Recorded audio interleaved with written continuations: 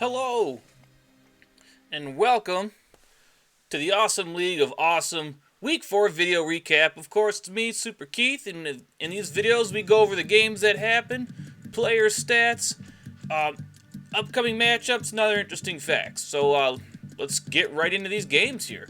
We'll start with my team as usual in the non-factors. This week I took on the Frantic Frogs. At kickoff, I was projected to get the win by 17 points, but at the end of it all, it was a bit more than that. 142 to 85 for a 58-point win difference. That 142 points gives me the highest score of the week, and that's not the only award I got in this matchup. I also had the biggest blowout with that 58-point win difference. So 2 awards for me because I'm so awesome. I had 6 of my 10 players hit projections.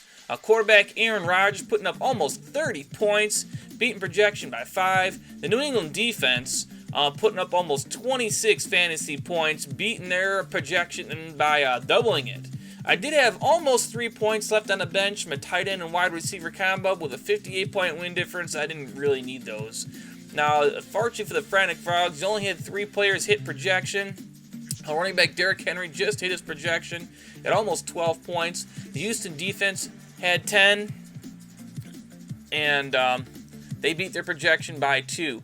Only 1.5 points left on the bench from a different defense that could have been started, so it was a pretty much one-sided affair on that matchup there. Going into our... Oops. There we go. Going into our next game, we have the Fighting Targs taking on Chris's Jefferson's Boat.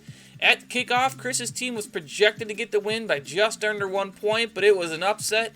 113 to 103, the Fighting Targs got the win. The Targs had half their players hit projection. Wide receiver Mike Evans almost 16 points, beating projection by almost 5.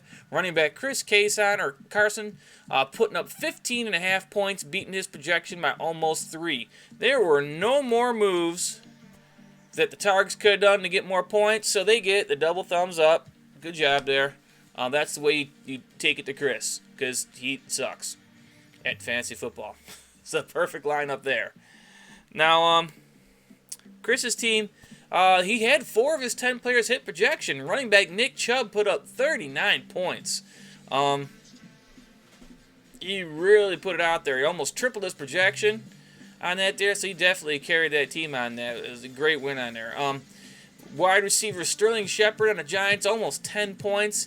Chris had about almost enough points to get the salty loss on the bench from a quarterback, which would have net just over 9, but not enough for that 10-point win difference on there. So no salty losses for Chris this week. The next game was Age of Asparagus take on Laura's Daisy Chain game. At kickoff, Age of Asparagus was projected to get the win by 6, and it was a bit more than that. A 38-point win difference, 114 to 76 for Age of Asparagus. They had half their team hit projection. Running back Leonard Fournette putting up 28.5 points, a double projection. Wide receiver Cooper Kupp, almost 19 points, beating his projection by 7. Only 1 point on the bench from a different running back that could have been started. Now, Laura's team only had 2 players hit projection, and that's the reason for the loss. Running back Kerryon Johnson for the Lions, who is on a bye this week, putting up almost 15 points, beating projection by 2. And tight end Eric Ebron, almost 12 points, doubling his projection. Now, as far as Laura's team, they get the perfect lineup. There were no more moves she could have done to get more points, but it just wasn't enough this week to get that loss. So good job, Laura, but it didn't help you out, unfortunately. Moving on to our next game was the BBC taking on Ryan's Harbonners. So Bills Belichick at kickoff, the Harbonners were projected to get the win by 3, but it was an upset. 112 to 93 for a 19-point win difference. The BBC had 4 players hit projection. Quarterback Jameis Winston putting up almost 35 points, beating projection by 15. Wide receiver Sutton, 18 points, doubling his projection. Just under 16 points left on the bench from a different wide receiver start. Now, Ryan's team did also had 4 players hit projection. Wide receiver Davante Adams, 20 points, beating projection by 7. The Chicago defense putting up 17 points, beating their projection by 6. Now, unfortunately for Rhino, he had a quarterback and 2 running backs on the bench, which would have net him an additional 37 points. Now, if you're paying attention, that 37 is more than the 19. So there it is right there. the salty loss for Ryan. Yeah, left to win on the bench. It sucks because everyone wants to win, especially this season where everyone's getting bunched up with nearly the same records. Laura's team wasn't in first place, but the loss this week knocked her down, I think, like fourth. So everyone's real jumbled up on that there. We won't say who's first place. That's right.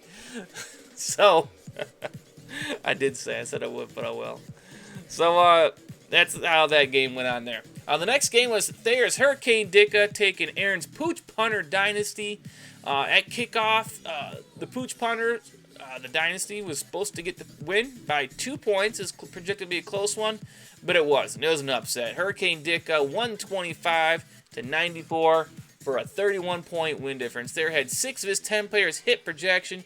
Quarterback Lamar Jackson, almost 29 points, beating projection by nearly 5. Running back Austin Eckler, 24 points, beating his projection by 9. Only almost 5 points on the bench for a running back he could have net on there. Now, Aaron only had 3 players hit projection. Running back Gallman putting up almost 22 points at double his projection. Running back LaShawn McCoy over there in Kansas City, almost 15 points. Beating his projection by 4. There was just about 13 points left on the bench between a wide receiver and a defense. Not enough for that win. Now, the last game had the Lumster Lugs taking on Mike's Mac Attack. At kickoff, and get another projected close one. A 2-point favor for Lumster Lugs. And was pretty close, 79-78. A 1-point win for the Lumster Lugs on that. They got the win despite 8 of 10 players missing projections. They only had 2 hit. That was the Seattle defense for 16 points, beating their projection by almost 8. And kicker Mason Crosby just hitting his projection. About 4 points left on the bench from a running back. Now, Mike's team also, he only had 2 players hit projection. Pittsburgh defense put up 19 points, double their projection. And running back Frank Gore, almost 12 points, beating his projection by 4. And there was a tight end and a quarterback combination that would have net an additional 8 points. Now, that 8 points was more than the 1-point loss difference. So, unfortunately, that is going to get Mike the last award, the salty loss. Left a win on the bench. Not what you want, especially, I believe, just even one of those guys, the quarterback or the tight end, even one would have got the win on that. But it is what it is. We're moving on to the next week matchups, or I should say this week matchups. My team, 3-1 McGiblets Funhouse, taking on 2-2 Hurricane Dicka. The 1-3 Jefferson's Boat, taking on a 2-2 Frantic Frogs. 2-2 Age of Asparagus, taking on a 2-2 Fighting Targs. The 3-1 BBC, taking on a 2-2 Daisy Chain Gang. The 2-2 Lumster Lugs, taking on the 2-2 Pooch Punter Dynasty. And the last matchup, the 2-2 McIntack, taking on the 1-3 Harbonners. So those are the matchups coming up. Now, this week, we have the Lions and the Miami Dolphins on bye. So that's going to mean Kerryon Johnson, Kenny Galladay, Matt Stafford, and Matt Prater all will not be available for fantasy. So definitely go through the waiver wires, do some trades, see what you can do to fill those gaps, because those have been some decent offensive scores for people. For Detroit. Oh, yeah, Miami's on bye, too. As far as games coming up, the first game we have is the Seattle taking on the LA Rams. Another good matchup for the Thursday night game tomorrow. So definitely check that one out. A lot of fantasy players between those two teams on there. Too many to go over. I mean, you got a bunch. So a lot of early scoring I expect to see for fantasy teams on there. And to close out the week, we'll have another boring Monday night game. The San Francisco 49ers taking on the Cleveland Browns. So that's all I got, guys. I will catch you guys later. Good luck.